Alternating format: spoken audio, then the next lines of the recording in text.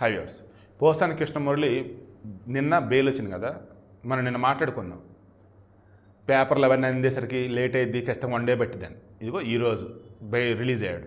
వెనకాల అట్టేసిన వీడియో చూశారు కదా. బయట వచ్చేటప్పుడు ముఖాన్ని గుడ్డ కట్టుకున్నాడు. అక్కడున్న సాక్షుల మీదలు తీయించుకున్నారు, తీసేశాడు. వచ్చాడు అమ్మటి రాంబాబు.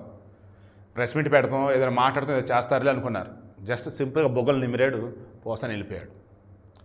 సో ఇప్పుడు పోసానికి నిజంగా పెను ప్రమాదం పొంచి ఉంది. నా మాట నేను కట్టుబడి ఉన్నా.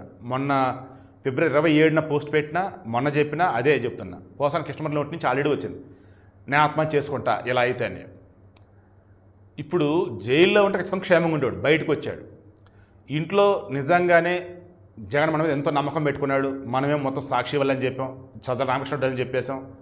రేపు రోజు కోర్టులో జడ్జి ముందు ఇదే చెప్తే వాళ్ళ మీద కేసులు నమోదవుతాయి అని చెప్పేసి ఏదన్నా వేరే విధంగా ఆలోచించాడా, ఆత్మహత్య చేసుకుంటాడు.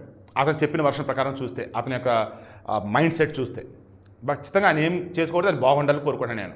ఒకవేళ బయట తిరుగుతూ ఉన్నాడు. ఇప్పుడు పోసాని కృష్ణమురళి వల్ల మన సజ్జల రామకృష్ణారెడ్డికి, మన సజ్జల భార్గవరెడ్డికి, మన సాక్షికి, మన జగన్కి ప్రమాదం అని చెప్పేసి ఏ పేటీఎం గడికి సైకో గడికి అనిపించింది. గబక్కన చేరేందేమో నేను చేస్తే ఏంటి పాపం. సో ఖచ్చితంగా పోసాని కృష్ణమురళి మీరు చాలా జాగ్రత్త అండి. కంటికి తగిలేపులా కనిపెట్టుకు తిరగండి. కూటమి గవర్నమెంట్ మరలా చెప్తున్నా, డే 1 నుంచి ఇదే చెప్తున్నా, గుడ్డ కాల్చి మీదటానికి వైసీపీ రెడీగా ఉంది. మీరు జాగ్రత్తగా ఉండండి. అండ్ రేవంత్ రెడ్డి గారు తెలంగాణలో కూడా కొంచెం చూస్తూ ఉండండి ఇటువంటి వాళ్ళని మాత్రం.